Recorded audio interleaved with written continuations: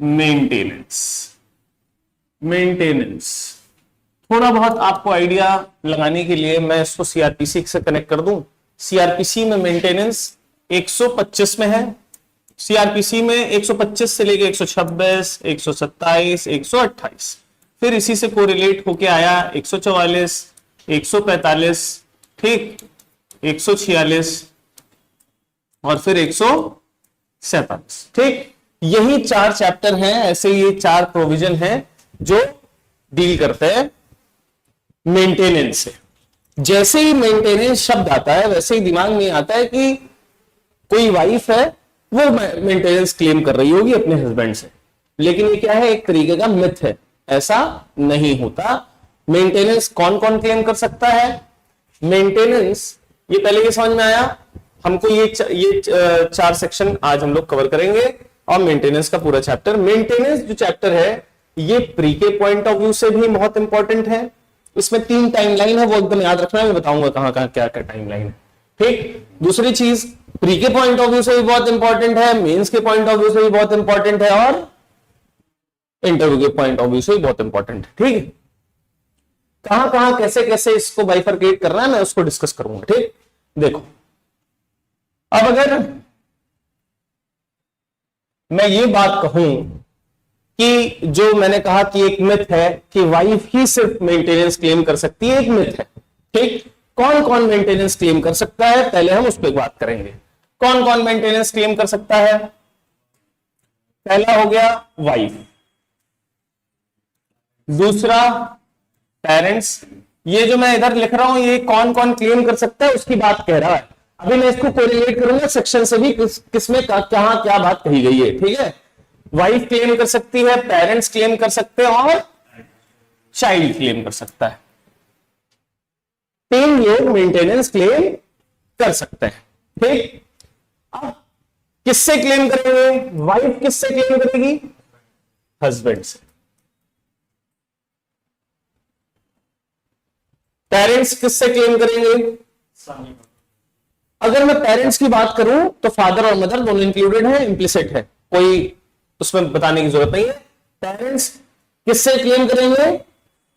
सन और डॉटर, बेटा या बेटी किसी से भी क्लेम किया जा सकता है, ठीक है। फिर चाइल्ड किससे क्लेम करेगा? अपने पेरेंट्स से। फादर से क्यों? पेरेंट्स से, चाहे फादर चाहे मदर। जेंडर बायस, एक चीज और बता दूं, हम अगर क्रिमिनल लॉ को बहुत डीपली पढ़ेंगे तो हमको ये देखने को मिलेगा कि जेंडर बायसनेस है, लेकिन अगर हम एक चीज और है, जैसे मैं अगर बीएनएस पे थोड़ा सा जाऊं, अगर बीएनएस को अगर आप आईपीसी से कंपेयर करें तो जेंडर बायसनेस आईपीसी में ज्यादा थी लेकिन बीएनएस में कम है। जैसे कि आप वॉयरिज्म में जाएंगे, ठीक है, और सेक्सुअल असॉल्ट में जाएंगे, इन सारी चीजों में जेंडर बायसनेस खत्म की गई है। पहले फीमेल्स के साथ ही वर्ड हूएवर वहां पे इस्तेमाल किया जाने लगा है, ठीक है। तो जेंडर बायसनेस थोड़ा सा कम की गई, लेकिन ये सेक्शन जेंडर बायस नहीं है, ठीक। चाइल्ड नहीं, लेकिन जेंडर बायस कह सकते हैं, जेंडर बायस कह सकते हैं कि हस्बैंड क्लेम नहीं कर सकता यहां पे मेंटेनेंस के लिए, हस्बैंड दिख रहा है क्लेम करते हुए, सब कर सकते हैं बाकी मेंटेनेंस क्लेम, लेकिन हस्बैंड क्लेम नहीं कर सकता मेंटेनेंस। अब इस पे भी आऊंगा कि हस्बैंड क्लेम कहां कर सकता है। देखो, चाइल्ड, बहुत तुम लोगों के दिमाग में जो जो भ्रांतियां हैं आज मैं बहुत कुछ क्लियर करूंगा, और एग्जाम पॉइंट ऑफ व्यू से बहुत इंपॉर्टेंट, बहुत ज्यादा इंपॉर्टेंट चैप्टर है, बहुत ध्यान से एकदम देखना, ठीक। चाइल्ड किससे करेगा? पेरेंट्स से क्लेम करेगा, ठीक। इतनी चीजें हैं। अब ये तो एकदम on the face of it, मतलब जैसे ही आप सेक्शन उठा के देखेंगे आपको क्लियरली देखते ही समझ में आ जाएगा ये चीजें। जो आपको नहीं समझ में आएंगी वो उस चीजों पे आते हैं। यहां पे मैंने कहा कि वाइफ जो है वो हस्बैंड से ही क्लेम करेगी, लेकिन अगर यही वाइफ को अगर मैं 2 कैटेगरी में डिवाइड करूं, मेजर वाइफ 18 साल से नीचे की भी तो हो सकती है,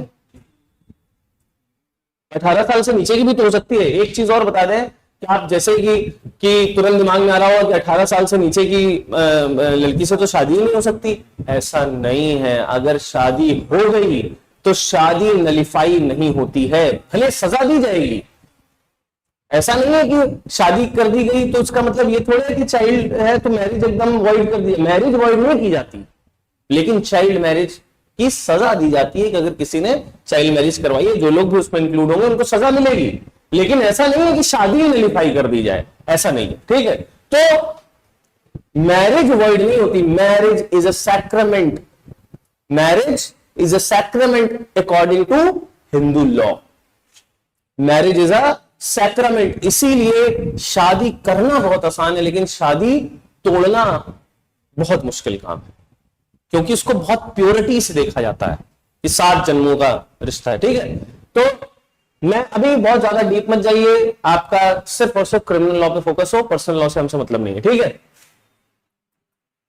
मेजर है अगर वाइफ मेजर है, कहने का मतलब कि जो मैरिड वुमेन है वो क्या है, मेजर है। अगर वो मेजर है, 18 साल से ऊपर है, बहुत ध्यान से इसको समझिएगा, खुद से पढ़ेंगे नहीं समझ में आएगा, खुद से पढ़ेंगे इतना समझ में आ जाएगा, उसके बाद नहीं समझ में आएगा, ठीक है।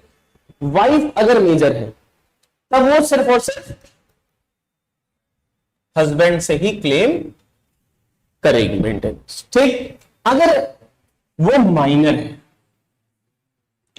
अगर वो माइनर है तो वो अपने पेरेंट्स से भी क्लेम, अपने पेरेंट्स से भी मेंटेनेंस क्लेम कर सकती है, अपने पेरेंट्स से भी मेंटेनेंस क्लेम कर सकती है। लेकिन किस कंडीशन पे, किस कंडीशन पे,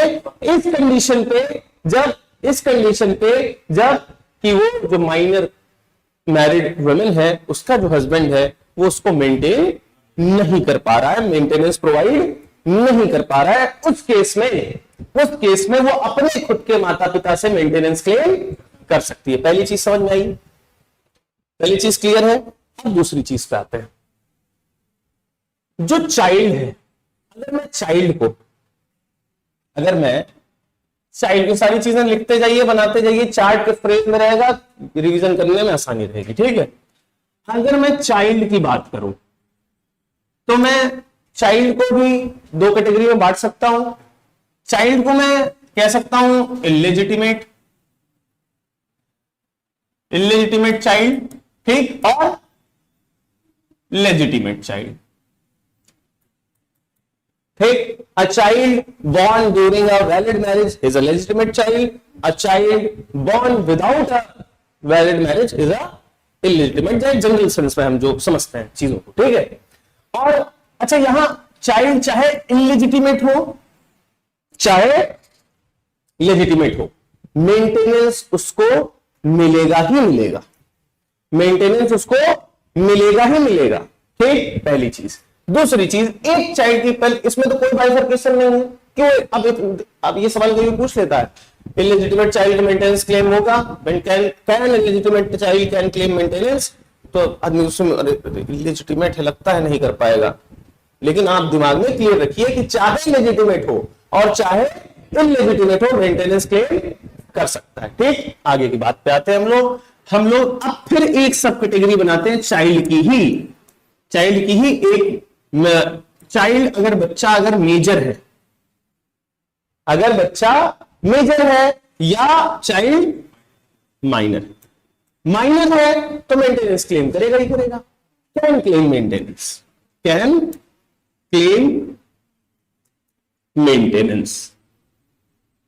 क्लेम मेंटेनेंस, ठीक। लेकिन अगर मेजर है तो क्या मेंटेनेंस क्लेम कर सकता है? मेंटेनेंस क्लेम नहीं कर सकता। लेकिन एक चीज, इफ, ऐसे तो मेंटेन जनरली क्या है, मेंटेनेंस क्लेम नहीं कर सकता, लेकिन अगर वो फिजिकली और मेंटली डिसेबल्ड है, अगर वो फिजिकली और मेंटली डिसेबल्ड है तब वो मेंटेनेंस क्लेम कर सकता है। समझ में आया? चीजें जो अंदर की चीजें हैं वो समझ में आ रही है। जो on the face of it देखेंगे तो आपको तो समझ में आ जाएगा कि हाँ कौन किससे क्लेम कर सकता है, क्या चीजें। समझ में आया? कौन कौन क्लेम कर सकता है, कब कर सकता है, किससे कर सकता है। अच्छा, एक सवाल का जवाब अभी मैंने नहीं दिया कि कब कर सकता है। जैसे कि एक और मिथ आप लोगों का बस्ट करूं, खत्म करता हूं। जैसे ही मेंटेनेंस दिमाग में आता है, मेंटेनेंस शब्द, वैसे ही ये चीज दिमाग में आ जाती है कि जरूर तलाक हो चुका होगा तभी मेंटेनेंस हो रहा है। ऐसा जरूरी नहीं है। इंसान, मैं आमतौर पर बात कर रहा हूं, मैंने जब हम लोग कॉलेज लाइफ में थे तो मेंटेनेंस जैसे दिमाग में आता था तो हमको लगता था कि तलाक, डाइवोर्स हो चुका होगा तभी मेंटेनेंस हो रहा है, लेकिन ऐसा नहीं है।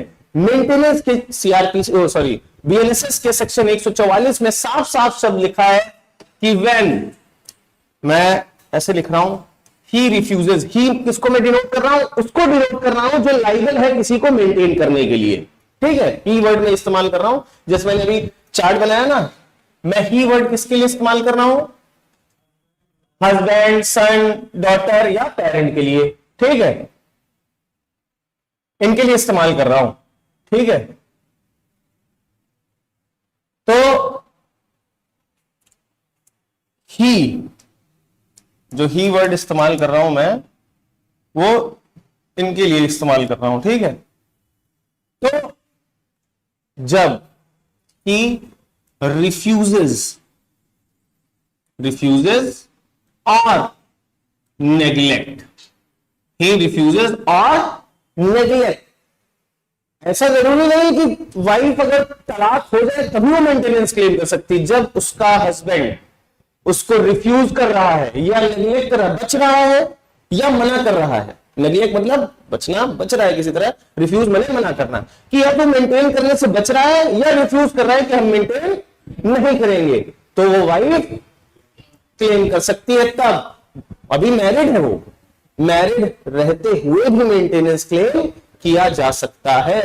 अगर आप कायदे से पढ़ेंगे तो समझ में उसको आएगा, साफ साफ लिखा है कि when the person who is liable to maintain refuses or neglect to maintain, then the maintenance can be claimed। समझ में आ रहा है कि नहीं? ये चीज पूछी जाती है कि मेंटेनेंस कब क्लेम किया जा सकता है। 4 ऑप्शन दे देगा आपको और आपसे पूछ लेगा इसे, ठीक। तो कब he refuses or neglect, plus एक चीज और, प्लस एक चीज और, कि जिससे मेंटेनेंस क्लेम किया जा रहा है क्या वो सक्षम है, क्या ये भी देखा जाएगा कि he refuses or neglect plus he has sufficient means, he has sufficient means, उसके पास पर्याप्त स्रोत है कि वो मेंटेनेंस कर सकता है। तो पहले तो कब मेंटेनेंस एराइज होगा, मेंटेनेंस का राइट, जब जो लाइबल था मेंटेनेंस करने के लिए वो क्या कर रहा है, रिफ्यूज कर रहा है या नेग्लेक्ट कर रहा है मेंटेनेंस के लिए, और दूसरी चीज उसके पास सफिशिएंट मींस होते हुए वो नेग्लेक्ट कर रहा है, तब जाके मेंटेनेंस का राइट एराइज होता है। आपसे ऐसे पूछा जा सकता है इंटरव्यू में कि मेंटेनेंस का राइट कब एराइज होगा, आप बताएंगे सर डाइवोर्स पे, सर जब माँ बाप बूढ़े हो जाएंगे तब, सर जब बच्चा 18 साल का होगा तब। यहां तो मैंने सारा सिनेरियो क्लियर कर दिया ना कि अगर बच्चा 25 साल 30 साल 35 साल का है तो भी वो क्लेम कर सकता है मेंटल या फिजिकल डिसेबिलिटी। तो आप क्लियरली कुछ नहीं बोलेंगे, सीधे कहेंगे कि जब सफिशिएंट मींस होते हुए अगर रिफ्यूजल और नेग्लेक्शन हो जाए उस केस में मेंटेनेंस क्लेम किया जा सकता है। समझ में आया अभी तक इतना? अब आते हैं, अभी तक कौन क्या कर सकता है, ये सारी चीजें आई। अब एक चीज हम लोग और पढ़ते हैं कि मेंटेनेंस की जो बहुत इंपॉर्टेंट चीज, मेंटेनेंस की जो प्रोसीडिंग है, एक चीज मुझे आप लोग बताइए कि क्रिमिनल प्रोसीडिंग आप कैसे इनिशिएट करता है, क्रिमिनल प्रोसीडिंग कैसे इनिशिएट की जाती है, और एनसीआर से भी होता है, ठीक है। वो भी तो क्रिमिनल, वो भले बस नॉन कॉग्निजेबल ऑफेंस है उसमें, लेकिन है तो ऑफेंस ना, ऑफेंस है तो क्रिमिनल प्रोसीडिंग होगी। तो मेंटेनेंस क्लेम करने के लिए ना ही एफआईआर कराई जाती है, ना ही एनसीआर कराई जाती है, ना ही कंप्लेंट कराई जाती है, और क्रिमिनल प्रोसीडिंग शुरू करने के सिर्फ और सिर्फ यही 3 तरीके हैं।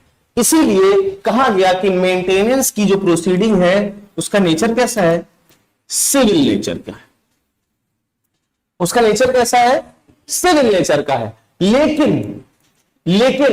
लेकिन इसका जो इसका जो इन्फोर्समेंट है, अच्छा इससे पहले मैं ये बात क्लियर कर दूं कि सिविल नेचर का क्यों है, सिविल नेचर का क्यों है, बिकॉज एप्लीकेशन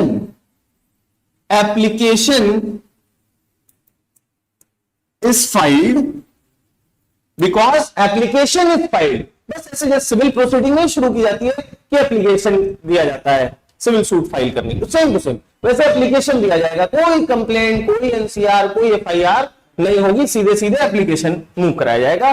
दूसरी चीज, no complaint is filed, no complaint is filed. सिर्फ सीधे क्या करना है, एप्लीकेशन फाइल करना है। इसलिए क्या है, इसीलिए क्या है, सिविल नेचर की प्रोसीडिंग है। लेकिन जब हम इसके इन्फोर्समेंट की अगर बात कहेंगे, किसके, इसके अगर इन्फोर्समेंट की अगर हम बात कहेंगे, अगर हम इसके इन्फोर्समेंट की बात कहेंगे तो वो क्रिमिनल नेचर का है, वो क्रिमिनल नेचर का है, वो क्रिमिनल नेचर का है। क्रिमिनल नेचर का क्यों है, क्रिमिनल नेचर का क्यों है, जब हम सेक्शन 144 की क्लॉज 3 देखेंगे तो वहां हम देखेंगे कि अगर कोई भी इंसान जिसके अगेंस्ट ऑर्डर आ गया है कि आप किसी ऐसे आदमी को जिसके लिए आप लाइबल थे मेंटेन करने के लिए, आप चलिए मेंटेन करिए उसको, कहने का मतलब 20,000, 25,000, 30,000 जो भी आया आप उसको चलिए दीजिए। अब अगर वो फॉलो मेंटेनेंस उसको प्रोवाइड नहीं करता तो उसके खिलाफ वारंट टू लेवाई नहीं, टू पे मेंटेनेंस, उसके वारंट जारी हो जाएगा। कहा जाएगा कि जैसा है चलिए मेंटेन करिए, और फिर भी अगर नहीं करता तो 1 मंथ की इंप्रिजनमेंट भी दी जाती है। सिविल सूट में क्या इंप्रिजनमेंट का है क्या, तो अब आप देखेंगे कि इसकी जो प्रोसीडिंग है वो क्या है, सिविल नेचर की है, लेकिन इसका जो इन्फोर्समेंट है वो क्रिमिनल नेचर का है। समझ में आ रहा है चीजों को। अब हम लोग बढ़ते हैं आगे, इसमें हम केस लॉज भी देखेंगे, बहुत इंपॉर्टेंट केस लॉज है, भाई ताहिरा वर्सेस अली हुसैन, ठीक। उसके बाद राजीव गांधी सरकार ने, फिर उसके बाद है मोहम्मद अहमद खान वर्सेस शाह बानो, फिर राजीव गांधी सरकार ने एक लेजिस्लेचर में Muslim women protection of rights on divorce act 1986 भी हम उसको देखेंगे। फिर उसी के इंटरप्रिटेशन को Daniel Latifi versus union of India में भी देखेंगे। तो बहुत प्रोसेस पूरी देखेंगे, लंबा लेक्चर चलेगा, ठीक। ये इन्फोर्समेंट अभी हम सेक्शन देखेंगे बेयर एक्ट 144 क्लॉज 3 में है, लेकिन अभी बेयर एक्ट देखेंगे, बिना बेयर एक्ट के प्री नहीं निकलने वाला। भले हम कॉन्सेप्ट इसलिए पढ़ लेते हैं कि बेयर एक्ट हमको पढ़ने में जिससे मुश्किल से 10 मिनट ज्यादा ना लगेगा, ठीक है, लेकिन कॉन्सेप्ट जो होता है ना, मैं बेयर एक्ट अगर मैं छुड़वा भी दूंगा ना बेयर एक्ट, तो तुमको जैसे ही पढ़ोगे एक एक शब्द याद आएगा, एक एक शब्द मेरा लिखा हुआ, कहा हुआ। कोई ऐसा पॉइंट छोड़ूंगा नहीं मैं छूट जाए, यहां से कोई शायद नहीं छूटेगा, ठीक।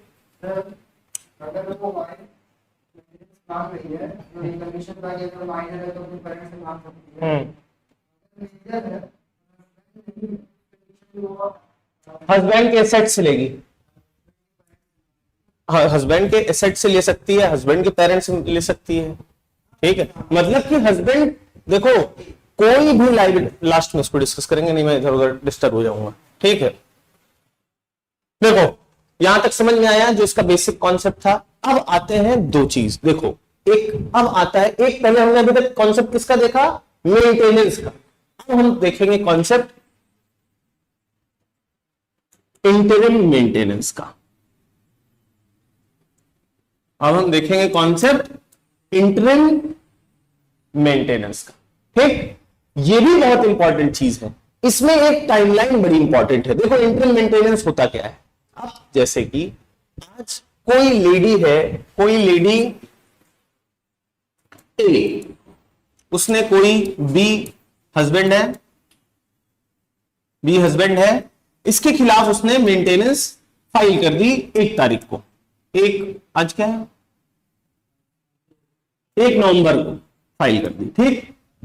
फाइल करा उसने कि मेंटेनेंस के लिए वो चली गई, कोर्ट की रिफ्यूज कर रहा है, नेग्लेक्ट कर रहा है, इसके पास बहुत पैसा है फिर भी रिफ्यूज कर रहा है, नेग्लेक्ट कर रहा है, हमको मेंटेन नहीं करता, ठीक है, हमको बेसिक एबिलिटीज नहीं प्रोवाइड कराता है, ठीक है, वो चली गई कोर्ट।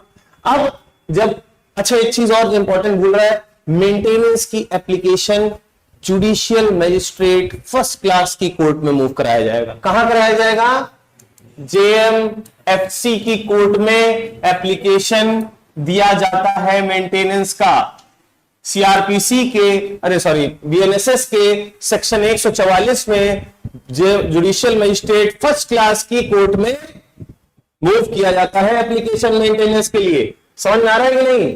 ठीक ठीक है। अब मान लो 1 नवंबर कर दिया, अब मेंटेनेंस पे जो फैसला आएगा वो फैक्ट एंड सर्कमस्टांसेस देखेंगे, वो अभी हम लोग पढ़ेंगे कि कब कब मेंटेनेंस क्लेम नहीं कर सकती कोई वुमेन, कब कब नहीं कर सकती भी देखेंगे। तो कोर्ट्स बहुत सारे जो है तथ्यों को नजर में रखता है, तब डिसाइड करता है कि कितना मेंटेनेंस मिलना चाहिए, कितना मेंटेनेंस नहीं मिलना चाहिए। पहले तो वो डिसाइड करेगा कि कहीं मीडिएशन ही हो जाए, साथ में रहे हस्बैंड, ये भी प्रावधान इसमें कानून में लिखा है कि हस्बैंड कहेगा मेरे साथ रहेगी तभी हम क्या कहते हैं मेंटेनेंस करेंगे। फिर उसमें भी देखेगा कि क्या कोई सफिशिएंट रीजन दे पा रही है वाइफ साथ न रहने के लिए, ठीक है।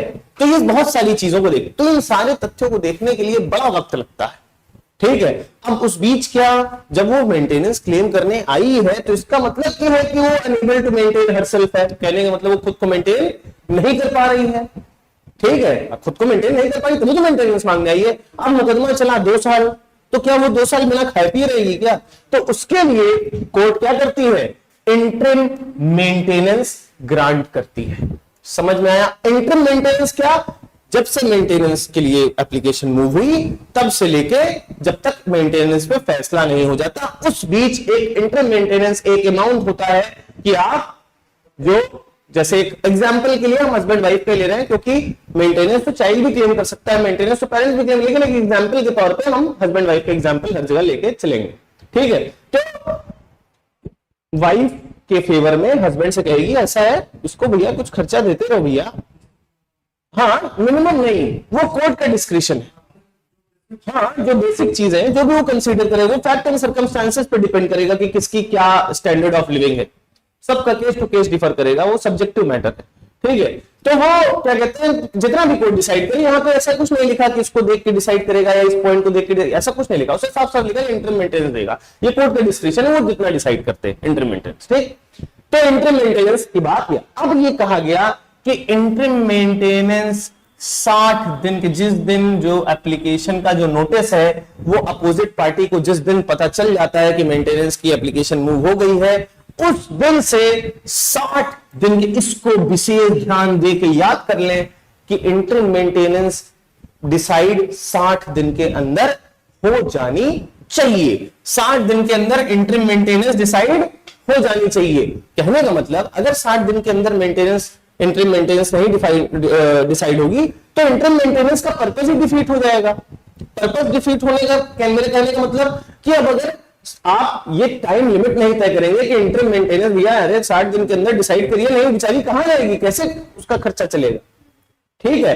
तो ये इंटरिम मेंटेनेंस 60 दिन का उसका डिसाइड कर दिया गया कि ऐसा 60 दिन के अंदर जो है आप इनका डिसाइड करिए कि इनका खर्चा पानी कैसे चलेगा। समझ में आ रहा है नहीं? तो इंटरिम मेंटेनेंस कितने दिन के अंदर डिसाइड हो जाना चाहिए? 60 दिन के अंदर। दिमाग में बैठा लीजिए, 3 जगह मैं टाइमलाइन बताऊंगा, आगे भी बताऊंगा, 3 जगह मैं टाइमलाइन बताऊंगा, उसको बिल्कुल दिमाग में बैठा लीजिएगा, यहां सवाल बन सकता है, ठीक है। ठीक, इंटरिम मेंटेनेंस कितने दिन में? अच्छा एक चीज और है, interim maintenance plus plus plus expenses of proceeding also, expenses of proceeding also, कि मुकदमे में जो खर्चा आ रहा है उसके लिए भी कह सकता है कि ऐसा है, जो मुकदमे में खर्चा आ रहा है उसको भी चलिए दीजिए, ठीक है। इंटरिम मेंटेनेंस भी दीजिए और मुकदमे में जो खर्चा आ रहा है उसको भी दीजिए, ठीक है, ये भी कोर्ट कह सकता है, ठीक। ये समझ में आया? आगे बढ़े, ठीक। अब देखिए, अब आते हैं कि अगर हस्बैंड ने नेग्लेक्ट किया तो कोर्ट ने ऑर्डर कर दिया मेंटेनेंस। अगर हस्बैंड ने नेग्लेक्ट किया कि ऐसा है कोर्ट ने ऑर्डर कर दिया, फिर भी क्या कर रहा है, नेग्लेक्ट कर रहा है, वो नहीं दे रहा मेंटेनेंस, नहीं दे रहा है, तो उसमें सबसे इंपॉर्टेंट चीज एक और time line, if husband does not pay maintenance, ठीक, instead of order, instead of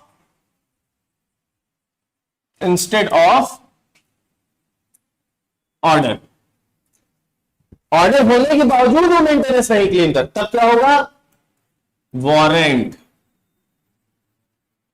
will be issued, warrant issue हो जाएगा, warrant will be issued, warrant issue हो जाएगा, ठीक है, वारंट इशू हो जाएगा। उसके बाद अगर फिर भी नहीं आता तो 1 month जेल, अरे जेल लिख रहा हूं, imprisonment, 1 month imprisonment, 1 month imprisonment. जैसे मान लो एक सिनेरियो और समझते हैं कि अगर 1 महीने की जेल हो गई, उसने 5 ही दिन में जो मेंटेनेंस है वो दे दिया, बचा हुआ मेंटेनेंस भी दिया, आगे बोला कि हम देंगे मेंटेनेंस, 5 ही दिन में 10 दिन में दे दिया, तो उसको 10 ही दिन की होगी, ठीक है, उसको 10 ही दिन की जेल होगी। ये भी चीज है कि अगर 1 महीने तक की जेल की बात कही गई है तो बोला गया, कहा गया अगर वो 5 दिन में 10 दिन में दे देता है मेंटेनेंस तो जेल से वो रिहा कर दिया जाएगा। ये लिखा है 144 क्लॉज 3 में, ठीक। आगे बढ़े, अभी हम लोग बैराक भी रीड करेंगे। अब आते हैं फिर से एक इंपॉर्टेंट टॉपिक कि कब कब मेंटेनेंस क्लेम वाइफ नहीं कर सकती, ठीक। पहले तो एक चीज और इसमें देखना था कि हाँ, instead of order warrant will be issued 1 month imprisonment, ये बता दिया। एक और इंपॉर्टेंट इसमें टाइमलाइन है, एक टाइमलाइन जो मैं बताने वाला था कि अब समझिए कि आज 1 नवंबर को ऑर्डर हो गया मेंटेनेंस का, ठीक। अब 1-2 महीने मेंटेनेंस हस्बैंड ने दिया, 2 महीने दिया, 3 महीने दे दिया, उसके बाद उसने मेंटेनेंस दिया ही नहीं। अब मेंटेनेंस नहीं दिया 5 साल हो गया, 6 साल हो गया, 7 साल हो गया, मेंटेनेंस है नहीं दिया। अब वाइफ क्या है, वाइफ जो है 6 साल बाद कोर्ट पहुंच रही है, कह रही है अरे साहब 6 साल से हमको मेंटेनेंस ही नहीं दिया इसने। कोर्ट साफ कोर्ट करेगी 144 का क्लॉज 3 और कहेगी कि उसमें साफ साफ लिखा है कि 1 साल के अंदर आपको आ जाना चाहिए था, 1 साल के अंदर आपको आ जाना चाहिए था, आप 1 साल के अंदर क्यों नहीं आई। तो 1 साल ये भी टेन्योर है कि अपना जो मेंटेनेंस का जो राइट है उसको क्लेम करने का टेन्योर क्या है, 1 ईयर। ऑर्डर के बाद मिलना जब बंद हुआ उससे, जैसे जिस दिन मिलना बंद हुआ, 2-4 मैंने बताया ना कि ऑर्डर से क्यों मतलब है, जिस दिन मिलना बंद हुआ मेंटेनेंस उस दिन से 1 साल, समझ आ रहा है नहीं, ठीक। ये एक टाइमलाइन आप नोट कर लें, 1 साल कितनी टाइमलाइन हो गई, एक 60 दिन की और एक 1 साल की, ठीक। अब हम लोग बढ़ते हैं आगे, इंपॉर्टेंट एक और टॉपिक कि कब वाइफ मेंटेनेंस क्लेम नहीं कर सकती। अब उसके मैं पॉइंटर्स लिख रहा हूं, when wife cannot claim maintenance, when wife cannot claim maintenance, कब वाइफ मेंटेनेंस क्लेम नहीं कर सकती, कब वाइफ मेंटेनेंस, पहली चीज जो है, पहली चीज when she lives in adultery, when she lives in adultery, कि सपोज दैट कि अगर वो किसी दूसरे के साथ रहने लगी है तब वो मेंटेनेंस क्लेम नहीं कर सकती। समझ में आ रहा है कि नहीं, ठीक। दूसरी चीज, when she lives, ये वाइफ के रेस्पेक्ट में है, ये जो मैं पॉइंट लिख रहा हूं कि वाइफ के रेस्पेक्ट, वाइफ का नहीं क्लेम कर सकती, बाकी और लोगों का नहीं, पेरेंट्स और चाइल्ड की बात नहीं हो रही यहाँ पे, ठीक। मैं वाइफ मैंने यहाँ पे लिखा है एक्सप्रेसली, अभी मैं जब डायरेक्ट रीड कराऊंगा तो बता दूंगा कि कैसे क्या है, लेकिन आप इसको तो समझिए वाइफ के लिए रिस्पेक्ट में कि when she lives in adultery. दूसरा पॉइंट क्या है, when she lives separately without sufficient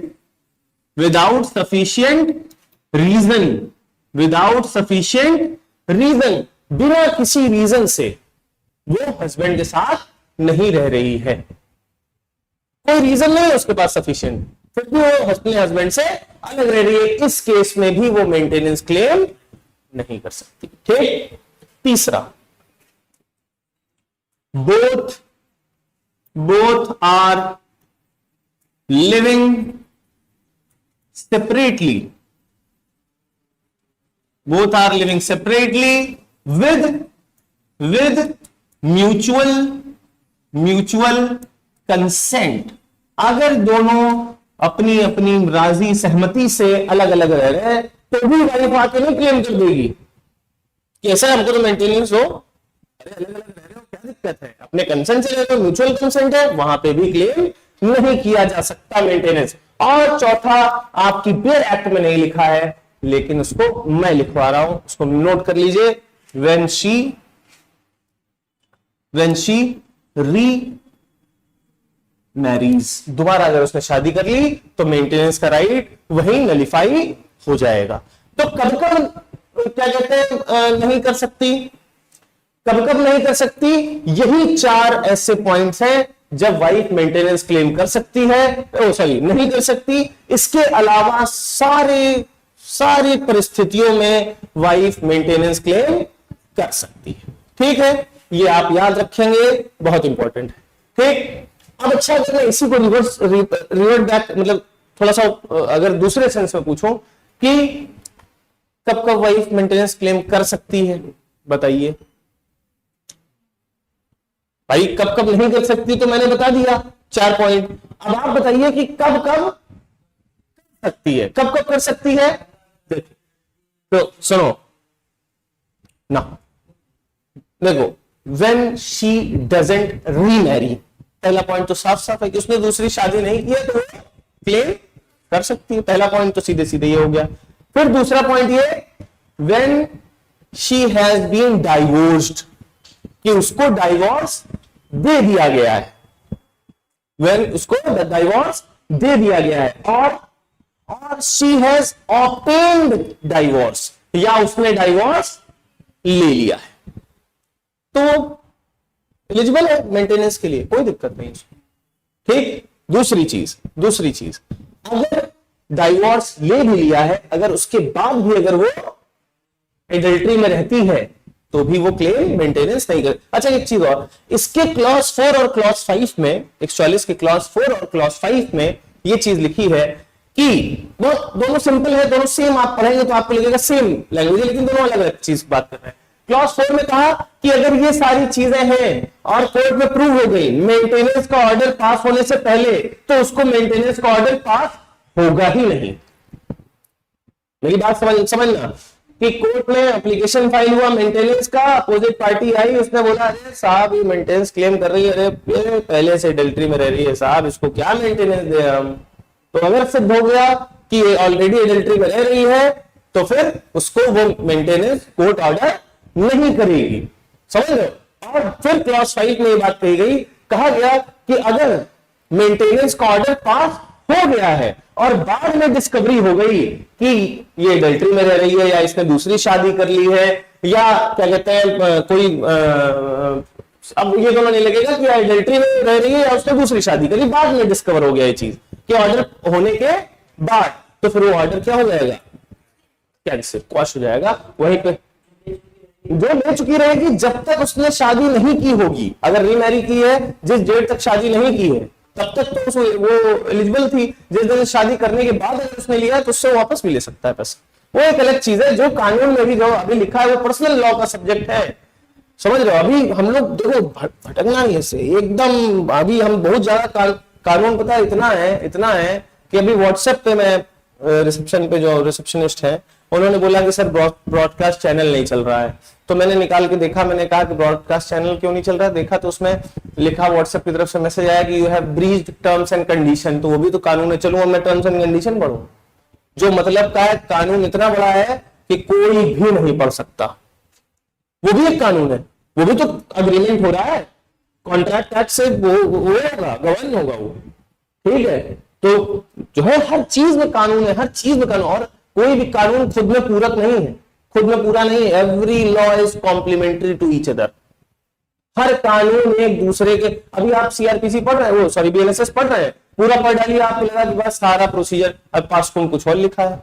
हमने क्या पढ़ा है अभी, हम जब मैं तुम लोगों को संज्ञान लेना पढ़ाऊंगा तो सबसे पहली लाइन पता क्या बोलूंगा, कहूंगा no court shall take cognizance except judicial magistrate first class और judicial magistrate second class specially empowered by CJM. मैं ये लाइन बोलूंगा, उसके बाद मैं ही तुमको पढ़ाऊंगा 193 में कहूंगा कि ऐसा है कि कोर्ट ऑफ सेशन भी ले सकती है अगर किसी स्पेशल लॉ में लिखा है। तो पॉक्सो में लिखा है कि ऐसा है कि पॉक्सो के मामले सीधे कोर्ट ऑफ सेशन संज्ञान लेगा। तो भैया कोई भी चीज को आप पत्थर पे लिखी लकीर नहीं मान सकते, कब किस कानून में क्या चीज निगेट हो गई है, बहुत बहुत सब्जेक्टिव चीज है कानून। आपको इसीलिए पता है कभी भी ग्रेजुएशन में कानून नहीं पढ़ाया गया, हमेशा ग्रेजुएशन के बाद पढ़ाया गया कानून। अगर बीए एलबी भी जैसे हम लोगों ने 5 ईयर लॉ किया है तो हमको भी 2 साल तक कानून के सब्जेक्ट ज्यादा नहीं है, संविधान वगैरह आया जो कि समझ में बहुत ज्यादा उसमें टिपिकल नहीं है। जो कानून के मेजर सब्जेक्ट्स आए वो हमेशा 3rd ईयर से आए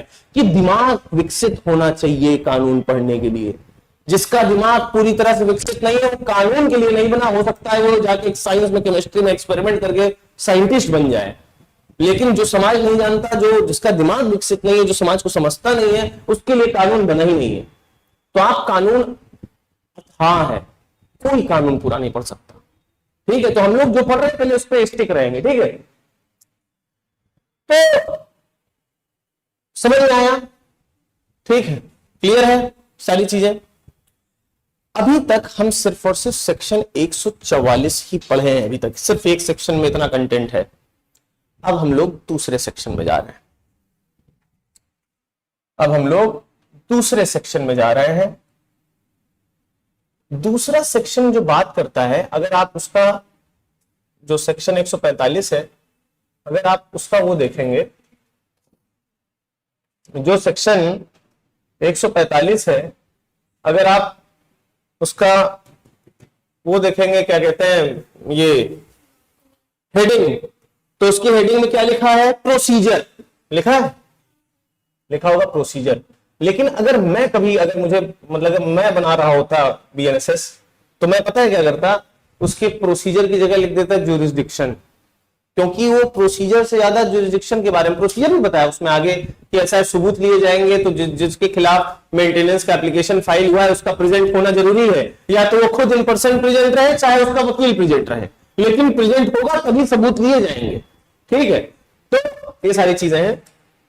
देखो यार ऊपर जाएगा कि नहीं, आज की डेट में चला गया, हाँ। तो ये देखो, अब ज्यूरिसडिक्शन की बात, जो प्रोसीजर है उसको मैं ज्यूरिसडिक्शन का नाम दूंगा। प्रोसीजर ऐसे, इसकी हेडिंग अगर ये रहती procedure plus jurisdiction, procedure and jurisdiction ऐसे होता तो थोड़ा सा ज्यादा बेहतर रहता, समझ रहे हो। क्योंकि जब भी हम कोई चीज पढ़ते हैं जो उसकी हेडिंग होती है ना, उसको पढ़ के आप अंदर के कंटेंट का अंदाजा लगाते हैं कि इसके अंदर होगा क्या। अब पता चला हेडिंग कुछ और है, अंदर दिख कुछ और रहा है, तो उस तरह होता है, ठीक। तो आप देखो ऐसे लिखा होगा, where he resides, he resides. अब ये जो लिखा हुआ है, ये लिखा क्या है, ये इस चीज के बारे में लिखा है कि कहां पे आप एप्लीकेशन फाइल करेंगे। भाई पता चला आजकल तो केरल का लड़का, लखनऊ की लड़की, शादी हो गई, कुछ विवाद हुआ, मान लो डाइवोर्स हो गया, सपोज दैट, वो केरल चला गया, ये लखनऊ में है। अब पता चला मेंटेनेंस की एप्लीकेशन कहां फाइल करोगे, सवाल यहां आगे खत्म हो जाएगा। तो उस सवाल का जवाब हमको 145 के बीएनएसएस की धारा 145 में मिलेगा। क्या मिलेगा? पहला है वेयर ही रिसाइड्स, में जहां जहां ही वर्ड इस्तेमाल कर रहा हूं, इसका मतलब वो जो पर्सन मेंटेन करने के लिए लाइबल था, जिसकी जिम्मेदारी थी मेंटेनेंस देना। किसकी किसकी जिम्मेदारी थी? इधर मैंने लिख दिया था, ठीक है, हस्बैंड, बेटा या बेटी या पेरेंट्स, ठीक। दूसरा अब यहां पे वेयर हस्बैंड, मैं ऐसे लिख दे रहा हूं, where husband and wife resides, जहां पे वो दोनों साथ में रहते हैं। है यही चीज? ब्रैक में देखोगे सेकंड पॉइंट ही, ठीक। पहला क्या है? Where he resides. दूसरा पॉइंट क्या है? Where husband and wife resides, जहां पे हस्बैंड और वाइफ रहते हो। तीसरा पॉइंट फिर एक, पहले क्या था? पहले तीनों पॉइंट थे, जो चौथा पॉइंट था वो ऐड किया गया है बीएनएसएस में। समझ में आ रहा है कि नहीं? वो पॉइंट ऐड किया गया है बीएनएसएस में। थोड़ा यार पानी पिलाओगे क्या? हाँ, तो ही और हिज वाइफ कौन हुआ? ही और हिज वाइफ कौन हुआ? कौन हुआ? कौन हुआ बताओ ना। ही और हिज वाइफ, ही की वाइफ, ही हुआ हस्बैंड और हिज वाइफ हुई उसकी वाइफ।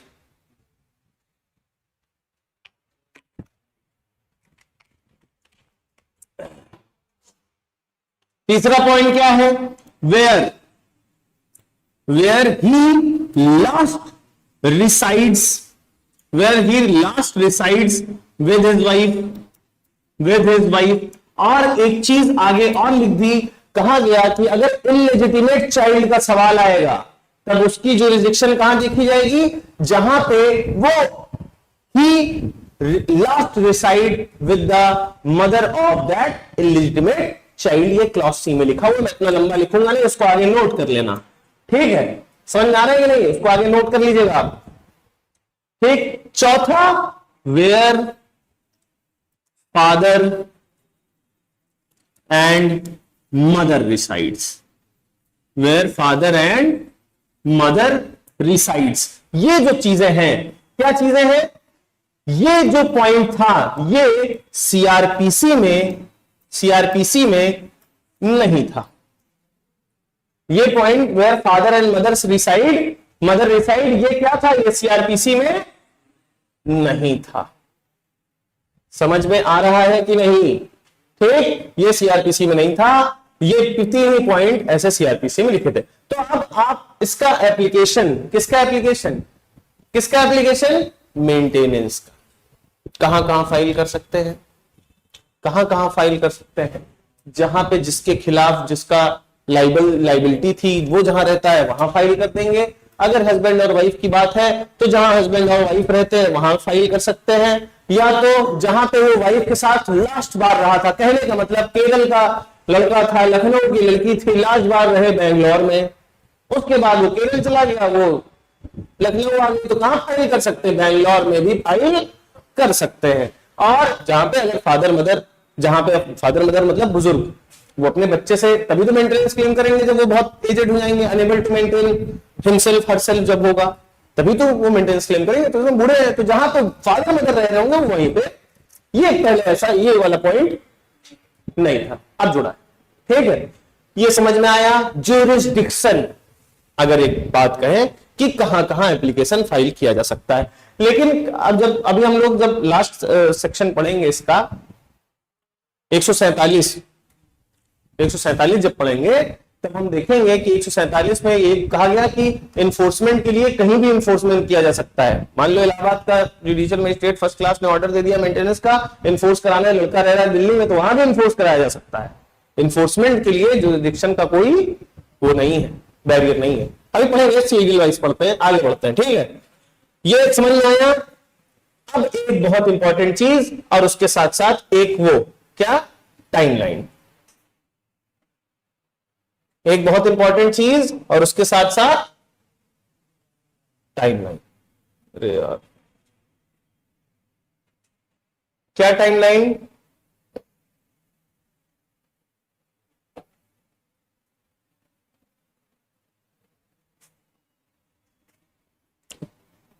तीस % से कम नहीं होगा क्या यार ये?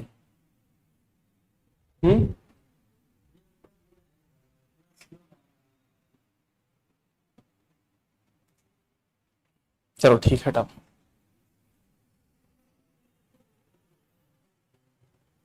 ठीक है, तो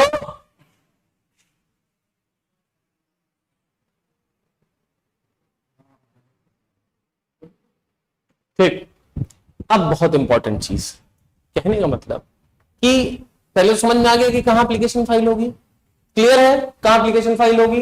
अब बात करते हैं कि एप्लीकेशन फाइल हो गई, पहली चीज तो कहा गया, एक तो ये बताया गया कि कहां एप्लीकेशन, उसके बाद कहा गया कि जैसे कि अगर वाइफ ने, एक एग्जांपल के तौर पे आप समझिए, फिर डायरेक्ट रीड करेंगे तो देखेंगे कि अगर वाइफ ने एप्लीकेशन फाइल किया, अगर वाइफ ने एप्लीकेशन फाइल किया, तो जब वाइफ एप्लीकेशन फाइल करती है, वाइफ ने एप्लीकेशन फाइल किया, वाइफ ने जब एप्लीकेशन फाइल किया, तो अब जो कुछ सबूत पेश किए जाएंगे, कुछ गवाह पेश किए जाएंगे, हस्बैंड अपना अलग कहेगा कि अरे ये हमसे अलग रह रही है, हम क्यों मेंटेनेंस करें बिना कुछ बताए, गायब है, ये है वो है ना, जो भी आपस में बात बात। तो या तो हस्बैंड ये सबूत पेश करेगा कि अरे साहब मैं ये कह रही है 1 लाख कमाता हूं, अरे मैं 25,000 कमाता हूं, ये देखिए सबूत। या वाइफ सबूत पेश करेगी, अरे इनकी सैलरी से पड़ी है, पूछे हम देखे थे, फोटो खींचे थे, ये देखिए 1.5 लाख रुपए, मतलब जो भी इन लोगों में आपस में जो होगा। तो ये कहा गया कि वाइफ ने मेंटेनेंस का सूट फाइल किया है, किसके अगेंस्ट? हस्बैंड के अगेंस्ट एप्लीकेशन फाइल किया, सूट नहीं सॉरी एप्लीकेशन फाइल किया है। तो क्या कहते हैं, अब जो भी सबूत, जो भी गवाह पेश किए जाएंगे वो हस्बैंड की मौजूदगी में ही पेश किए जाएंगे। ठीक, ये कहां लिखा है? ये लिखा है 145 में के क्लॉज 2 में। ठीक है, 145 के क्लॉज 2 में ये चीज लिखी है कि ऐसा है कि हस्बैंड का प्रेजेंट होना जरूरी है। हाँ, क्लॉज 2 में लिखी है 145 के कि हस्बैंड का प्रेजेंट होना जरूरी है। कहने का मतलब कि जिसके अगेंस्ट मेंटेनेंस का ऑर्डर पास किया जाएगा वो वहां प्रेजेंट हो, या तो वो खुद प्रेजेंट हो या तो भाई लीडर, मतलब कि उसका एडवोकेट जो भी है वो मौजूद हो वहां पे। समझ में आया? ये पॉइंट समझ में आया? अब एक और इंपॉर्टेंट पॉइंट, बहुत ज्यादा इंपॉर्टेंट पॉइंट की बात मैं बता रहा हूं। देखो इसमें फिर आगे लिखा प्रोवाइडेड दैट, प्रोविजो एक दिया, कहा कि अगर हस्बैंड प्रेजेंट नहीं होता है या तो खुद या तो by his advocate, application file हो गया, कोर्ट बुला रहा है, नहीं प्रेजेंट हो रहा है, क्या कर देगा? क्या कर देगा? एक्स पार्टे ऑर्डर पास कर देगा। एक्स पार्टे क्या ऑर्डर पास किया जा सकता है?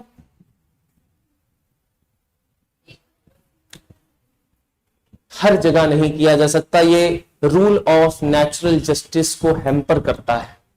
वहीं पे किया जा सकता है एक्स पार्टे जहां पे कानून अलाउ करता हो। तो एक्स पार्टे बहुत सिलेक्टेड जगहों पे क्या कहते हैं पास किया जा सकता है एक्स पार्टे ऑर्डर, और उनमें से एक मेंटेनेंस है। आपसे कभी पूछा जाए कि एक्स पार्टे ऑर्डर कहां पर पास किया जा सकता है, कुछ नहीं आ जाए तो सीधे सीधे बोल देना मेंटेनेंस में सर हो सकता है एक्स पार्टे, और का तो हमको नहीं पता, मेंटेनेंस में एक्स पार्टे फैसला दिया जा सकता है, क्योंकि साफ साफ लिखा है। इसलिए एक्स पार्टे डिसीजन दे दिया जाएगा कि अरे अगर हस्बैंड नहीं आएगा तो क्या प्रोसीडिंग्स, क्या वो भूखी मर जाएगी क्या? भाई आपको प्रेजेंट होना पड़ेगा, अगर आप नहीं प्रेजेंट होंगे प्रोसीडिंग हैम्पर होगी। प्रोसीडिंग हैम्पर होने से एक लोग का नेचुरल राइट्स भी तो हैम्पर हो रहे हैं एक लोग के, क्या भूखे मर जाएगी वो, मेंटेनेंस नहीं मिलेगा उसको। तो x Partey decision, x Partey order pass कर सकता है कि अगर हस्बैंड प्रेजेंट नहीं हो रहा है तो, पहली चीज। दूसरी चीज, अब जैसे एक्स पार्टी ऑर्डर पास हो गया, अब एक्स पार्टी ऑर्डर पास हो गया, कोर्ट ने पास कर दिया, भैया पैसा है 50,000 रुपए लाख दीजिए इनको, एक्स पार्टी ऑर्डर आ गया, भाई आप प्रेजेंट नहीं हुए, हस्बैंड बोलेगी आप प्रेजेंट तो हुए नहीं, ऐसा है तो इनका जैसा 50,000 रुपए दिया जाए इनको जो है। अब जो है हस्बैंड को पता चला कि अरे यार 50,000 रुपए देने का, अब वो आया कोर्ट। अब वो कोर्ट में अगर वो 3 महीने के अंदर आ जाएगा, पहली टाइमलाइन कितना बताया 60 दिन, दूसरी टाइमलाइन कितना बनाया 1 साल, तीसरी टाइमलाइन क्या बता रहा हूं 3 महीने की। ठीक, ये 3 महीने के अंदर, 3 महीने के अंदर अगर हस्बैंड कोर्ट के समक्ष प्रस्तुत हो जाता है और कहता है कि अरे सर ये कारण थे इसलिए मैं नहीं आ पा रहा था, बीमार था, ऑपरेशन था, अस्पताल में लेटा था, चाहे जो बात हो, वो अपना कुछ रीजनेबल कॉज देगा कि मैं इस वजह से नहीं आ पा रहा था, तो इसलिए सर ये ऑर्डर क्या करें सेट कर दे, कहने का मतलब नलिफाई कर दे, कैंसिल कर दे। ठीक है, अब फिर से फ्रेश प्रोसीडिंग शुरू करें। समझ में आ रहा है कि नहीं, कि पहले तो बताया कि एक्स पार्टी फैसला हो जाएगा, अगर एक्स पार्टी फैसला हो जाएगा तो 3 महीने का टाइम है हस्बैंड के पास कि आके। अच्छा एक चीज और मैं बता दूं, मैं बार बार हस्बैंड वाइफ, मैं पहले बता दिया कि हस्बैंड वाइफ का भले मैं एग्जांपल ले रहा हूं, यहाँ पे मैं सारे लोगों पे अप्लाई होंगे जो रूल जो मैंने शुरुआत में बनाए हैं चार्ट। ठीक है, तो मैं लेकिन एग्जाम्पल मैं हस्बैंड वाइफ का लेके आगे बढ़ रहा हूं। दिमाग में ये चीज एकदम हटा दीजिएगा कि सिर्फ और सिर्फ वाईफाई मेंटेनेंस क्लेम करती है, ऐसा कुछ नहीं। ठीक है, ठीक है, हाँ, जो लोग लाइबल से मैंने बताया, चाइल्ड लाइबल है, पेरेंट मतलब चाइल्ड लाइबल बोल रहा हूं, चाइल्ड क्लेम कर सकता है, पेरेंट्स क्लेम कर सकते हैं, वाइफ क्लेम कर सकती है, सब लोग क्लेम कर सकते हैं हस्बैंड को छोड़ के बीएनएसएस में। ठीक है, ठीक, ये समझ में आया मामला, ये क्लियर है। आगे बढ़े, अब बहुत इंपॉर्टेंट टॉपिक आया ऑल्टरेशन का। 144 पढ़ लिया, 145 पढ़ लिया, अब आए हम लोग 146 में। ऑल्टरेशन की बात कही गई, इसमें क्या बात कही गई, alteration of order of maintenance. किसकी बात कही गई, मेंटेनेंस के ऑर्डर को ऑल्टर करने की बात कही है। क्यों इसकी जरूरत पड़ती है ऑल्टरेशन की, ऑल्टरेशन की जरूरत इसलिए पड़ती है क्योंकि आज अगर ऑर्डर आया, सपोज दैट आज ऑर्डर आया वाइफ को, कैसा है कि 10,000 रुपए इनको मेंटेनेंस दिया जाए। ठीक, अब 10,000 आज सन 2025 में आया, 10 साल बाद जो है महंगाई बढ़ गई, सारी चीजें हो गई, एक बेटा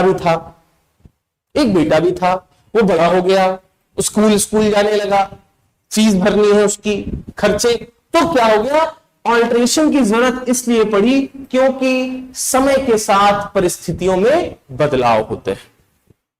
समझ में आ रहा है कि नहीं, समय के साथ परिस्थितियों में बदलाव होते हैं, तो इसलिए क्या कहते हैं ऑल्टरेशन मेंटेनेंस के ऑर्डर में होना जरूरी है। जरूरी नहीं है कि अगर आज 10,000 रुपए में काम चल रहा है तो 10 साल बाद भी 10,000 रुपए में काम चल जाएगा, इसलिए ऑल्टरेशन की जरूरत है।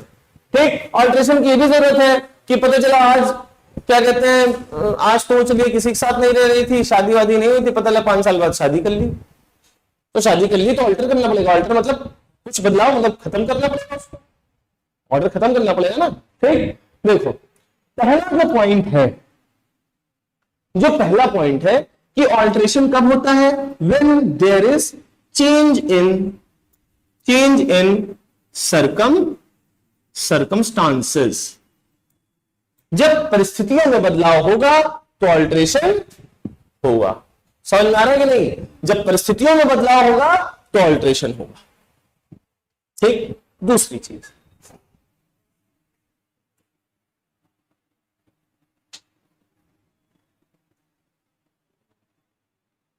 देखो ये हो गया चेंज। दूसरी चीज, if she रीमैरीज,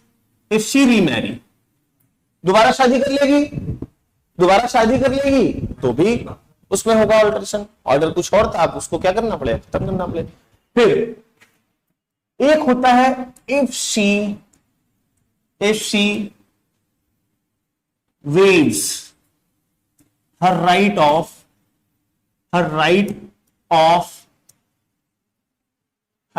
of maintenance. Wife क्या कह रही है, ऐसा है हमको इनका पैसा नहीं चाहिए, हम अपना कमा धमा के गुजारा कर लेंगे, उसने अपना राइट वेव ऑफ कर दिया, कहा कि हमको मेंटेनेंस नहीं चाहिए, उसने अपना अधिकार वेव ऑफ कर दिया। इस परिस्थिति में भी क्या होगा, अल्ट्रेशन हो जाएगा। मान लो 2-4 साल लिया उसने, तीसरे चौथे साल बोला कि ऐसा हम बहुत सक्षम हो गए, हमको इनका पैसा नहीं चाहिए, ठीक है, काम खत्म।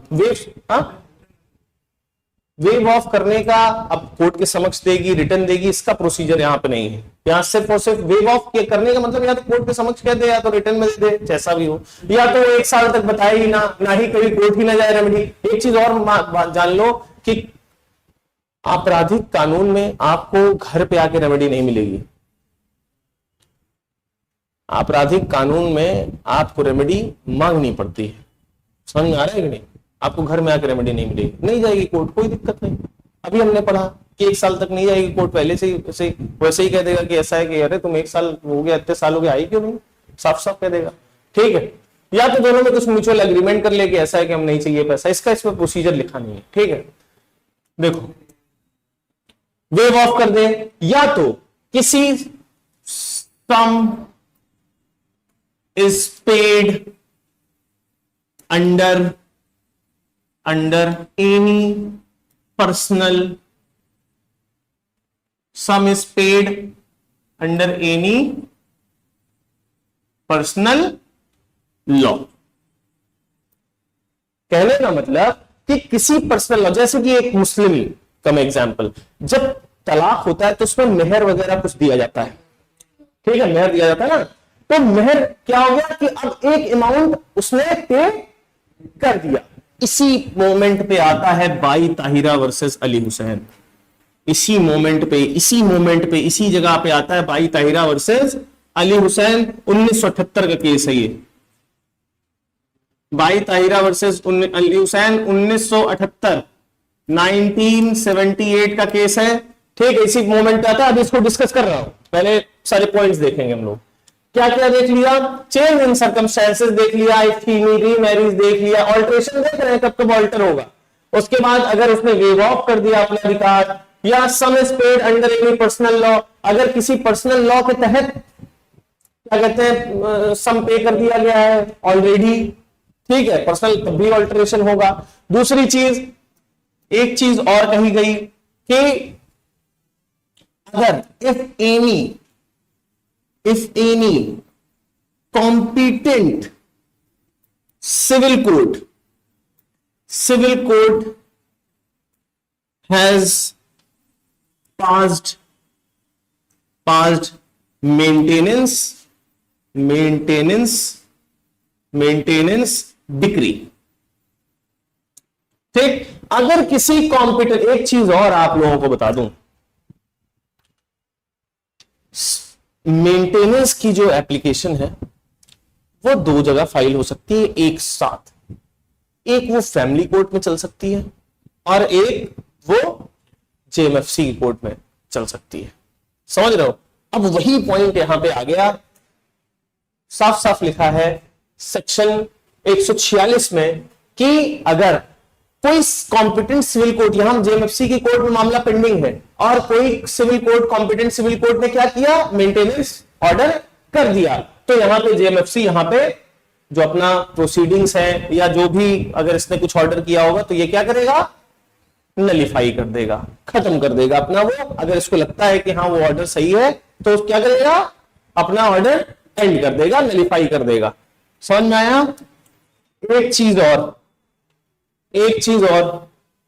कि अगर दोनों एनी अमाउंट और सम is paid before the order, कि ऑर्डर होने से पहले ही दोनों के बीच में क्या हो गया। कभी कभी देखा होगा मुकदमा कोर्ट में चल रहा है, दोनों परिवारों ने क्या कर लिया, आपस में अग्रीमेंट कर लिया, आपसी सहमति में बैठकी नहीं होती गांव में कि अरे पंचायत अपना ये लोग अपना समझ लिए। तो अगर ऑर्डर से पहले ही कोई अमाउंट अगर आपस में लेन देन करके इन्होंने सेटलमेंट कर दिया तब भी ऑल्ट्रेशन हो जाएगा। अब तब ये जो जेएमएफसी की कोर्ट में जो 144 के तहत एप्लीकेशन दी गई है उसका फिर कोई मतलब नहीं रह जाएगा। लेकिन इन सारी चीजों में क्या है, कोर्ट सर्कमस्टांसेस को कंसीडर करके काम करेगी। ऐसा नहीं है कि कोई ऐसे कर दिया तो जो है तुरंत बाइंड हो गई, ऐसा कुछ नहीं है। ठीक, आगे बढ़े। ये सारे पॉइंट समझ में आए ऑल्ट्रेशन के? कोई पॉइंट ऐसा जिसमें कोई दिक्कत? पांचवें में कोई दिक्कत नहीं है, सीधे सीधे ये है कि मेंटेनेंस दो कोर्ट में साथ साथ पैरेलली चल सकता है। समझ में आ रहा है कि नहीं? सपोज दैट अब मेरी बात समझना, आपने मेंटेनेंस की एप्लीकेशन फाइल कर दी थी जेएमएफसी की कोर्ट में क्योंकि हस्बैंड जो है मेंटेन नहीं कर रहा था। ठीक है, कोई वाइफ है उसने जेएमएफसी की कोर्ट में एप्लीकेशन मूव कर दी थी। अब वो एप्लीकेशन पेंडिंग है, पेंडिंग मतलब उसको फैसला नहीं आया। ठीक है, अब तब तक उसने डाइवोर्स के लिए भी फैमिली कोर्ट में, फैमिली कोर्ट मतलब कॉम्पिटेंट सिविल कोर्ट, एक तरीके से आप फैमिली कोर्ट समझिए उसको, फैमिली कोर्ट में उसने डाइवोर्स की पिटीशन अर्जी दायर कर दी। अब जब तक यहां मेंटेनेंस नहीं डिसाइड हुआ तब तक वहां क्या हो गया कि ऐसा है डाइवोर्स कर ही देते हैं, डाइवोर्स बाय म्यूचुअल कंसेंट मान लो हो गया, डाइवोर्स बाय म्यूचुअल कंसेंट वहां साइन हो गया। वहां उसने डाइवोर्स बाय म्यूचुअल कंसेंट में ये भी हो गया कि ऐसा है कि इनको गुजारा भत्ता मतलब मेंटेनेंस इतना इतना दिया जाएगा। अब आप इधर पेंडेंट का मामला, उधर पहले से ही गुजारा भत्ता मिल गया, तो यहाँ पे क्या है, अब इसको क्वाश कर दिया जाएगा, खत्म हो जाएगा। ये कहने की बात है। समझ में आ रहा है कि नहीं? अब क्लियर है? कोई रॉकेट साइंस नहीं है किसी चीज में। समझ में आ रहा है? अरे यार ये क्या हो गया, हो जाने दो। ठीक, समझ में आया? ठीक, तो अभी तक का ये सारी चीजें क्लियर है? कहीं कोई दिक्कत हो तो बताओ। सारी चीजें नोट करो, ये पीडीएफ भी जब सेव कर लेंगे, पीडीएफ भी ले लेना। ठीक है, सारी चीजें समझ में आ रही हैं?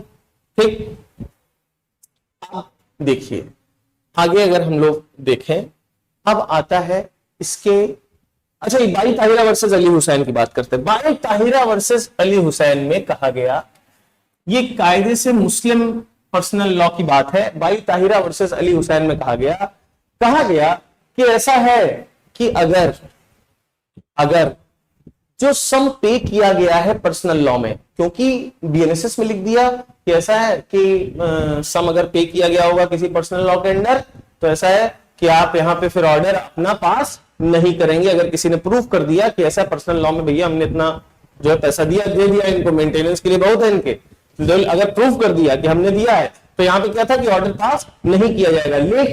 लेकिन बाई ताहिरा वर्सेस अली हुसैन में यह बोला गया कि भले ही पर्सनल लॉ में कुछ अमाउंट दिया गया हो वाइफ को, लेकिन अगर वो अमाउंट ये देखा जाएगा कि वो एडिक्वेट है कि नहीं, पर्याप्त है कि नहीं। अगर वो अमाउंट पर्याप्त नहीं होगा तो भी वो सीआरपीसी के, अरे वो बीएनएसएस के धारा 144 के तहत मेंटेनेंस क्लेम कर सकती है। समझ में आया कि नहीं? बाई ताहिरा वर्सेस अली हुसैन में क्या कहा गया, इसको नोट कर लीजिए, आप कोट करेंगे, अगर मेंस में आंसर राइटिंग में आएगा तो बाई ताहिरा वर्सेस अली हुसैन लिखेंगे आप उसमें। ठीक, समझ में आया? इतनी चीजें समझ में आई? क्लियर है चीजें? अभी तक कोई दिक्कत?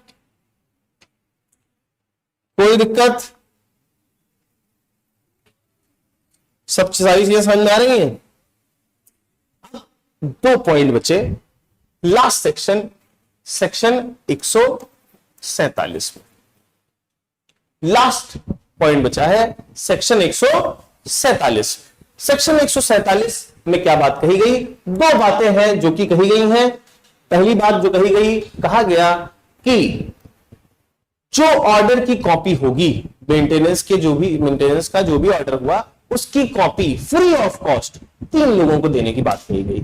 एक तो जिसके फेवर में आया है, या उसके पेरेंट्स को, या पेरेंट्स इफ अवेलेबल, ऐसे लिखा होगा पेरेंट्स इफ अवेलेबल। अगर पेरेंट्स नहीं है तो ऐसे किसी को, सपोज दैट चाइल्ड है, मेरी बात समझना, 3 लोगों को देने की बात कही गई कि जिसके फेवर में आया है, क्या कहते हैं, मेंटेनेंस का ऑर्डर, उसको या तो दे दी जाए, या तो उसके पेरेंट्स को दे दी जाए, या तो किसी ऐसे पर्सन को दे दी जाए जिसको मेंटेनेंस का अमाउंट दिया जाएगा। कहने का मतलब कि सपोज दैट कोई 10 साल का बच्चा है, 10 साल का बच्चा है, उसके पेरेंट्स नहीं है, सपोज दैट, ठीक, पेरेंट्स नहीं है, उस समय प्रेजेंट नहीं है, या मेंटेनेंस को, उसका ख्याल जो मेंटेनेंस का अमाउंट है उसको किसी और के थ्रू दिया जाएगा, ठीक, अगर मेंटेनेंस किसी और के थ्रू दिया जा रहा है तो जो भी लीगल गार्डियन अपॉइंट करती है, कोर्ट जानते हो, लीगल गार्डियन अपॉइंट करती है, कोई लीगल गार्डियन अपॉइंट किया गया है तो लीगल गार्डियन के पास जाएगा मेंटेनेंस का अमाउंट, तो उस पर्सन को उस ऑर्डर की कॉपी दी जाएगी। पहली चीज। दूसरी चीज कि इसका जो इन्फोर्समेंट है वो ऑल ओवर इंडिया कहीं भी किया जा सकता है।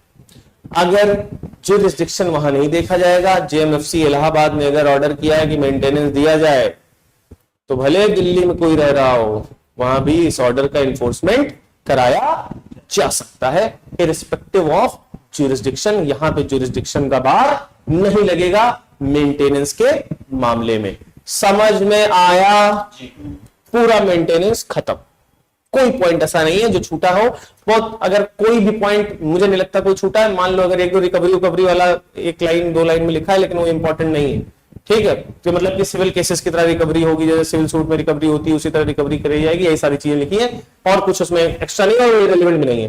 ठीक, मेंटेनेंस का सारा चीज समझ में आया कि नहीं आया? अब थोड़ा सा और नॉलेज ले लेते हैं। देखो थोड़ा सा और देखते हैं।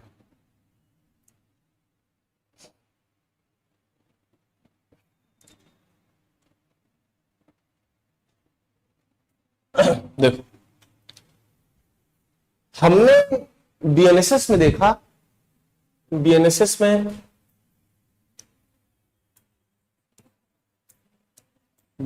में कौन कौन क्लेम कर रहा था? वाइफ, चाइल्ड और पेरेंट्स। तो एक जो सबसे बड़ा मिथ हमारे दिमाग में है वो मिथ क्या है कि हस्बैंड मेंटेनेंस क्लेम नहीं कर सकता, है ना? कभी आज तक किसी को बोलते सुना है, पढ़ते सुना है, पढ़ा भी है कभी कि थोड़ा बहुत और कुछ नहीं होता, कि 10 रुपए कर सकता है 10,000 नहीं कर सकता, ऐसा कुछ नहीं है। ठीक है, बीएनएसएस में नहीं कर सकता। हिंदू मैरिज एक्ट में हस्बैंड भी क्लेम कर सकता है, सेक्शन 24।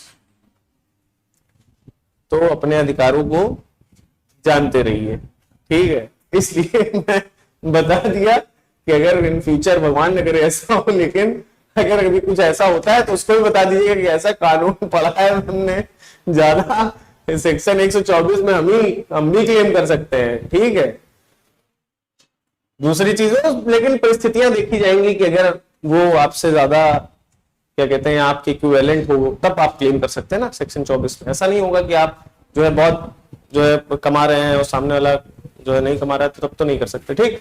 दूसरी चीज, एक चीज और है, HAMA Hindu adoption and maintenance act का सेक्शन 18, 19 और 20, इसमें भी मेंटेनेंस की बात कही गई है। इसमें डाइवोर्स नहीं वो क्या बोलते हैं उसको, विडो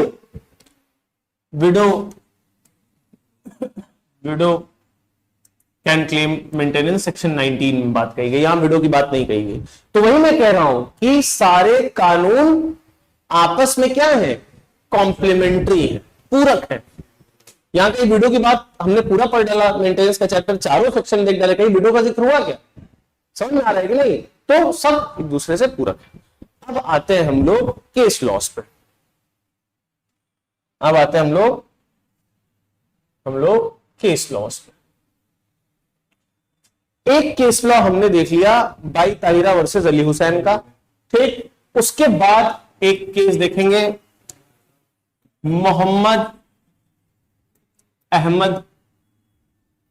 अहमद खान वर्सेस शाहबानो बेगम पूरा नाम था शायद।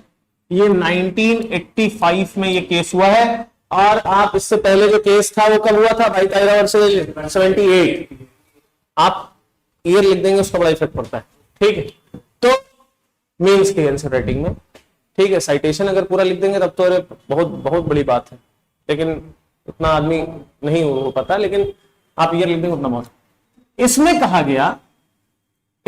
गया पहली चीज तो ये बोली गई इसमें ये बोला गया कि सेक्शन 125 जो जजमेंट में लिखा है, अब मतलब 144 हो गया, अब 144 हो गया, is secular in nature, secular in nature. कहा गया कि irrespective of any religion, Hindu, Muslim, Sikh, ईसाई, कोई भी हो, वो धारा 144 ऑफ बीएनएसएस, जो पहले धारा 125 ऑफ सीआरपीसी थी, उसके तहत मेंटेनेंस क्लेम कर सकता है। ये सेकुलर इन नेचर है। ठीक, दूसरी बात क्या कही गई? कहा गया कि जो मेंटेनेंस है, इद्दत पीरियड एक होता है, इद्दत पीरियड होता है।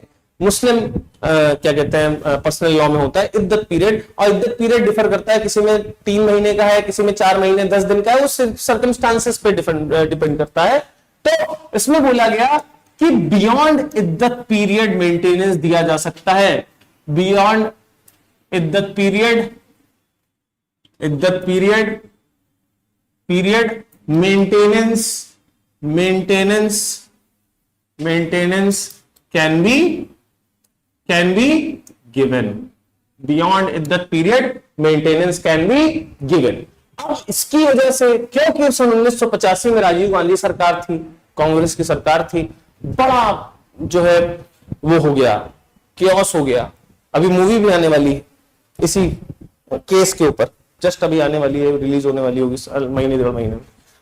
बड़ा केओस हो गया मुस्लिम कम्युनिटी के लोगों के अंदर बहुत, कि ऐसा है कि जुडिशरी हमारे पर्सनल लॉ में इंटरफेयर कर रही है।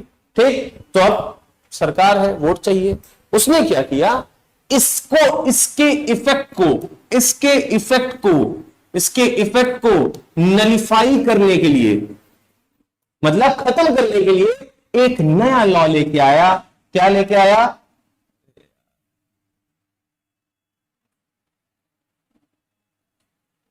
एक नया लॉ लेके आया। इसको हटा देते हैं, 1 मिनट। कैसे आएगा यार, ठंडू होगा।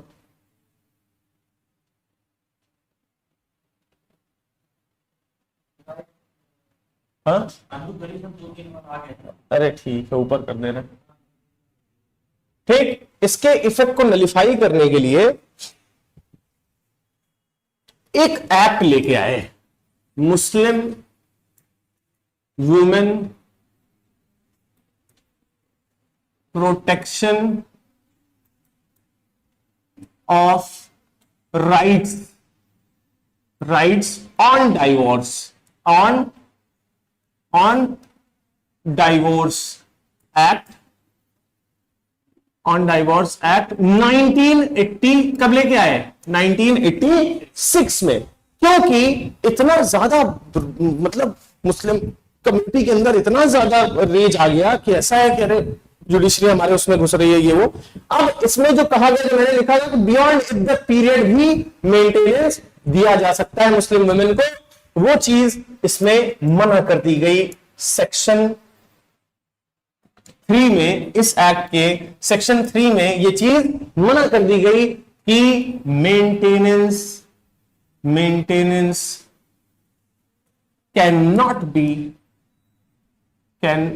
cannot be given beyond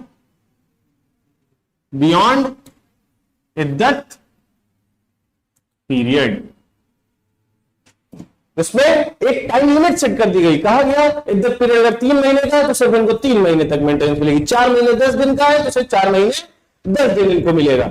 लेकिन क्यों नलिफाई करने के लिए? क्योंकि ऊपर शाबानों में बोल दिया गया था, कहा गया था कि ऐसा है कि इद्दत पीरियड के बाद भी मेंटेनेंस दिया जाएगा। ये क्या बात होती है कि सिर्फ इद्दत पीरियड तक मेंटेनेंस देंगे? समझ में आ रही है? फिर अब कानून ला दिया लेजिस्लेचर ने, फिर मामला फंस गया कि इद्दत पीरियड तक ही मेंटेनेंस में, कितने दिन तक बताओ।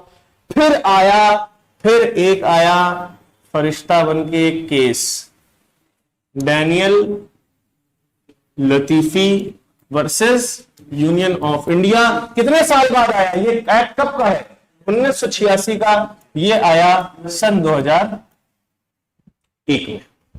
इस केस में कहा गया जो ये सेक्शन 3 में वर्ड विजन इस्तेमाल हुआ है, उसको ये नहीं समझेंगे, उसको ये नहीं समझेंगे, इसको ऐसे इंटरप्रेट नहीं करेंगे कि ये जो शब्द विदिन है इसको हम ये नहीं सब इंटरप्रेट करेंगे कि इसका मतलब ड्यूरिंग है।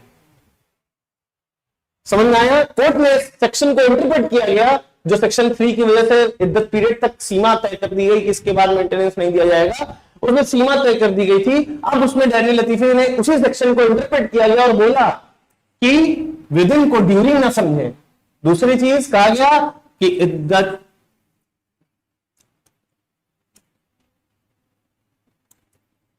Maintenance can be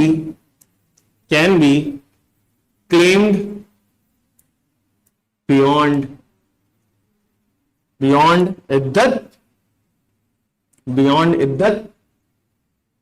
period.